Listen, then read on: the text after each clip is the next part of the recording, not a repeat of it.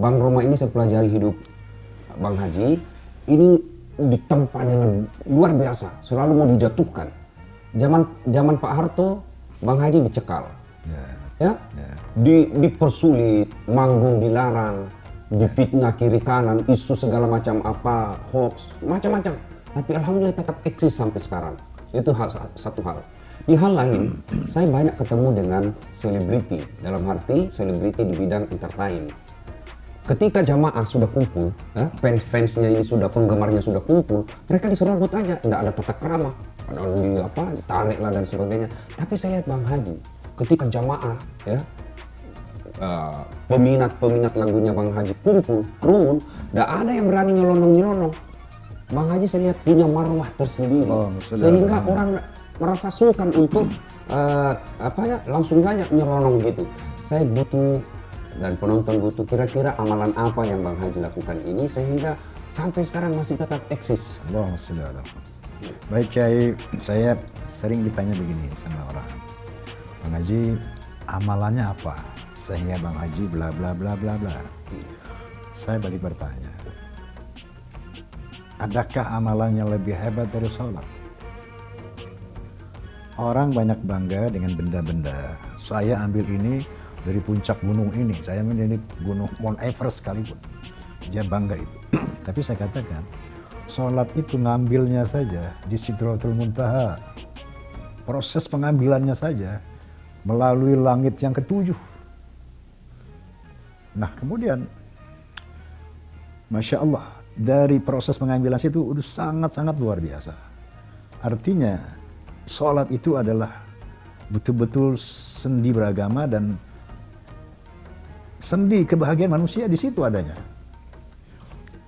Allah Subhanahu wa taala berfirman, banyak sekali tentang sholat ini. Aqimis sholata liduluqi syamsi ila ghasaqil lail. Wa Qur'anal fajri, inna Qur'anal fajri kana mashhuda. Tegakkanlah sholat mulai dari gelincir matahari sampai gelap malam, dan sholat subuh gitu. Inna sholata tanha 'anil fahsya'i wal munkar. Wa sholat itu mencegah dari keji dan kemungkaran. Qad aflahal mu'minuna alladzina hum fi sholatihim khashi'un. Beruntung orang yang sholat, yang di dalam sholatnya khusyuk. Nah, saya dari dulu, mohon maaf Kiai, yang saya perdalam itu sholat. Saya harus mengerti artinya. Setelah mengerti artinya, saya harus paham hakikat daripada bahasa-bahasa sholat itu. Seperti contoh, ketika kita membaca Al-Fatihah, Masya Allah, Bismillahirrahmanirrahim, Alhamdulillahirabbil alamin, arrahmanirrahim, maliki yaumiddin, iyyaka na'budu wa iyyaka nasta'in, ihdinas siratal mustaqim, siratal ladzina an'amta 'alaihim, ghairil maghdubi 'alaihim waladdallin. Dengan nama Allah yang Maha Penyayang lagi Penyayang. Alhamdulillahirabbil alamin. Ketika kita baca itu, ngerti artinya bahwa Allah pemelihara alam, terbayang oleh kita. Ar-Rahmanir-Rahim, Rahman-Rahimnya Allah, hakikatnya kita rasakan. Kita tanam biji durian satu, kita tanam biji rambutan satu, tumbuhnya jutaan. Jutaan buah, bahkan miliaran, sepanjang tahun, tanpa bayar. Maliki yaumiddin, raja di hari kiamat. Kita sama presiden saja, sama raja-raja saja tunduknya luar biasa. Lihat kekuasaan Ustaznya. Maliki yaumiddin, raja di raja. Baru kita nyatakan iyyaka directly. Bukan wa iyyahu kepadanya, tidak, iyyaka kepadamu. Na'budu, aku menyembah. Wa iyyaka, dan padamu nasta'in, aku memohon. Apa itu? Ihdinas siratal mustaqim, jalan yang lurus. Siratal ladzina an'amta 'alaihim, jalan yang kuberi nikmat atas mereka, jalan para kiai, jalan para saleh, jalan para saleh, jalan orang-orang yang selamat, yang dapat mendapat nikmat karena kebaikan-kebaikan. Ghairil maghdubi 'alaihim waladdallin, bukan jalan yang engkau murkai atas mereka, bukan jalan para koruptor, para penzina, para pencuri, para ini. Masya Allah, kalau kita resapi, kita renungkan, kita menghadapi kehidupan setelah sholat subuh beraktivitas, besar dada kita karena kita telah memohon kepada Allah perlindungan yang begitu dahsyat. Belum lagi kita duduk iftirash, Rabbi ighfirli warhamni wajburni warfa'ni warzuqni wahdini wa'afini wa'fu anni. Ini seluruh hidup kebutuhan kita ada di sana. Ada di situ. 8 permintaan. Masya Allah. Kalau kita nyatakan dengan sungguh-sungguh, ya Allah ampuni aku, kasihani aku, tutupi kelemahanku, angkat derajatku, muliakan aku, berikan aku rezeki, bimbing aku dalam kehidupan ini, sehatkan aku. Sudah. Masya Allah, kalau itu betul-betul kita resapi hayati, saya rasa sholat itu suatu azimah yang luar biasa. Nggak perlu lagi, bukan nggak perlu, tapi kalau sholat itu kamu jalankan, misalnya kita jalankan secara khusyuk, luar biasa itu efeknya kepada jiwa kita. Nah situlah, la khaufun alaihim, walahum yahzanun. Seperti tadi dibully di sana. Kalau kita betul-betul merasa bersandar kepada Allah, saya rasa takut dan sedih itu nggak ada. Oke, sebelum kita lanjut lagi, kita break sejenak, kita lanjutkan setelah yang satu ini. Saudaraku, sangat jelas, semua manusia pasti punya masalah.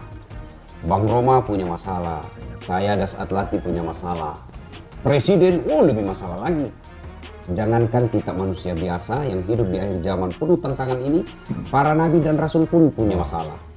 Rasulullah SAW, manusia paling mulia, yang dari bibirnya tidak pernah keluar makian. Ya, Ibnu Taimiyah mengatakan Rasulullah pernah berbicara kasar, dalam arti kasar ya. Mohon maaf kalau saya pakai kata kasar ya. Menyumpahi orang. Apa sumpahnya? Beliau hanya mengatakan semoga jidatnya terkena lumpur. Itulah kalimat yang paling keras yang pernah keluar dari bibir Rasulullah. Apa tidak punya masalah? Belum lahir, beliau sudah yatim. Baru 3 hari diambil ibu susunya. 4 tahun bersama ibu susu. Kembali ke ibunya, Siti Aminah. Usia 6 tahun wafat. Arti 2 tahun aja bersama ibu. Diambil oleh kakeknya, 2 tahun wafat pula kakeknya. Diambil oleh pamannya. Mulai berdagang. Ikut perang usia 12 tahun. Bukan perang agama. Tapi perang waktu itu pembeda suku. Setelah diangkat menjadi Nabi dan Rasul, selesai masalah. Makin masalah. Bukan dibully. Tapi apa? Diperangi. Dihina. Bahkan diusir dari kampung halamannya. Siapa yang mengusirnya? Bukan orang lain, pamannya sendiri, Abu Lahab dan teman-teman. Di Madinah, selesai masalah, makin masalah. Dalam rumah tangga, beliau pernah difitnah Aisyah selingkuh. Ini Nabi, apalagi kita yang berdosa, pasti punya masalah. Alhamdulillah, Allah tidak menjelaskan, Das Ad, kalau ada masalahmu, kau jadi anggota DPR dulu.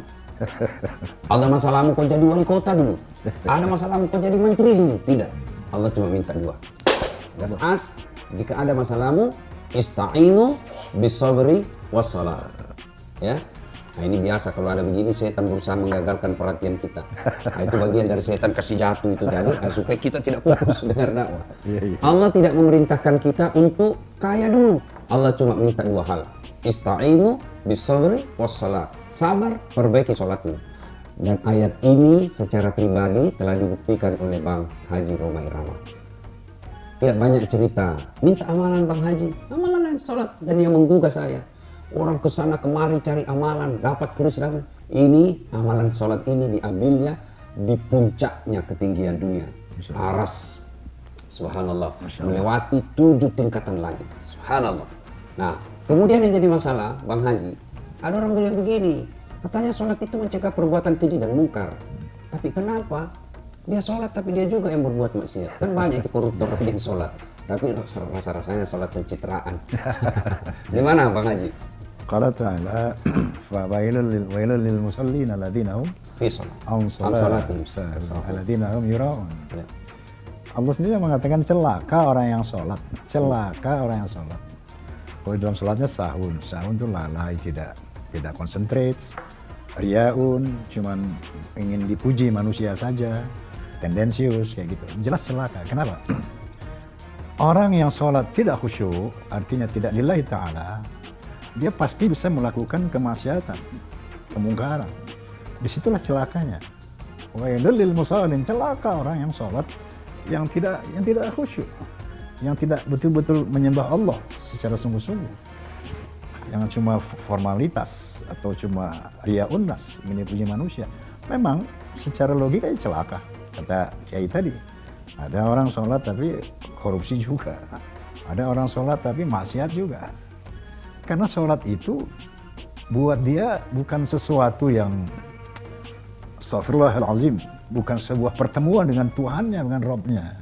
Bukan sebuah permohonan dia dengan Tuhannya, tapi formalitas saja. Jadikan sesuatu yang, ya formalitas saja, yang penting gua udah sholat. Itulah yang Allah katakan, celaka orang yang sholat seperti ini. Pasti celaka. Celakanya kenapa? Dia bisa melakukan kemaksiatan, walaupun dia sholat. Tapi sebaliknya, qad aflahal mu'minun alladzina hum fi sholatihim khushu'un. Tapi kalau kamu khusyuk, beruntung. Kenapa beruntung? Itu sholat kan komunikasi dua arah. Jadi kalau kita bilang, Rabbi ghafirli, baik aku ampuni kamu, warhamni, aku kasihani kamu. Langsung Allah jawab, tak. Berikan aku rezeki, aku kasih. Tapi likulli syai'in sababa. Melalui proses kausalita, enggak warzuqni peluk 10 juta kan enggak gitu. Tapi harus likulli syai'in sababa. Nah, kalau sholat kita seperti ini, maka Allah katakan, qad aflah. Beruntung. Beruntungnya kenapa? As-salatu du'a. Doa silahul mu'min. Sholat itu doa, artinya permohonan. Kalau kita khusyuk, dijawab. Dan doa itu adalah senjatanya orang Senjata orang mukmin. Jadi, ud'uni astajib lakum, innallaha la yukhlifu al-mi'ad. Itu shadaqallahul azim. Jadi Bang Haji, profesi Bang Haji ini paling sering bersentuhan dengan waktu-waktu sholat. Betul. Misal konser atau syuting ambil gambar. Jangan dulu tahun 80 90-an. Ya.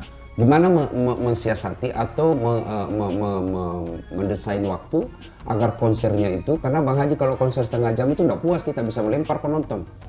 Ya, nggak cukup waktu.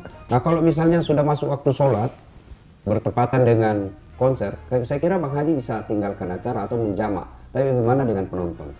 Baik, saya bisa mundur ke belakang ya untuk menjelaskan ini. Tadi saya cerita soal revolusi musik.